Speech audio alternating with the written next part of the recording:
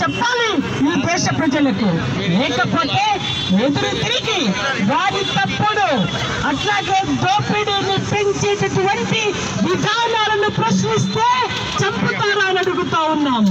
ఇటీవల కాలంలో జరుగుతున్నటువంటి మారిన కాండ ఈ దేశంలో ఒకవైపున పౌర హక్కుల నాయకులపై అట్లాగే నక్సలైట్లపై జరుగుతున్నటువంటి ఈ దారుణాలన్నీ కూడా చూస్తూ ఈ దేశ ప్రజలు ఊరుకోరు అని ఖచ్చితంగా ఈ పాలకులకు బుద్ధి చెప్పడానికి ముందుకు వస్తారు అన్న విశ్వాసంతోనే ఈ రోజున ఈ నిరసన కార్యక్రమాన్ని ఇటీవల కాలంలో వామపక్ష పార్టీలన్నీ కలిసి న్యాయబద్ధంగా నిజంగా రాజకీయ వ్యవస్థ మీద విశ్వాసం ఉంటే ఎందుకు నక్సలైట్లతో చర్చలు జరపరు అని ప్రశ్నిస్తా ఉన్నాం.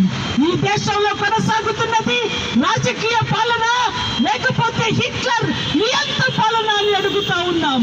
దేశ ప్రజలారా, ఈ దేశంలో ఈ రోజున నక్సలైట్లను పక్కన పెట్టుకున్నట్లుగానే రేపు ఈ పాలకులకు ఈ బీజేపీ హిందూ మతోన్మాదులకు ఓటు వేయకపోతే కూడా మనని హంతం చేసేటటువంటి దారుణమైన సాంఘిక రాజకీయ ప్రక్రియలకు ఈ పాలకులు పూనుకునే ప్రమాదం ఉంది.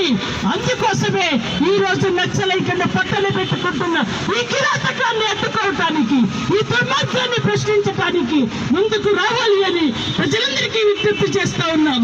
వెంటనే నక్సలైట్లతో చర్చలు జరిపి ఈ దేశంలో నిజంగా స్వాతంత్ర్యం సాధించి ఇన్ని సంవత్సరాల పాలన ఈ దేశంలో కొనసాగుతుంది అని ఖచ్చితంగా స్పష్టం చేయడానికి నక్సలైట్లతో చర్చలు జరపమంటున్నాం.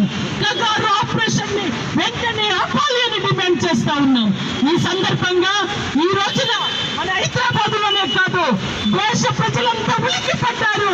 27 మందిని పట్టణ పెట్టుకోవటం, ఆ పార్టీ ప్రధాన కార్యదర్శిని పట్టణ పెట్టుకోవటం, ఇంకా ఏమైనా చేయటానికి ఈ బీజేపీ పాలకులు సిద్ధమే అనేటటువంటి వాతావరణం ఏర్పడింది.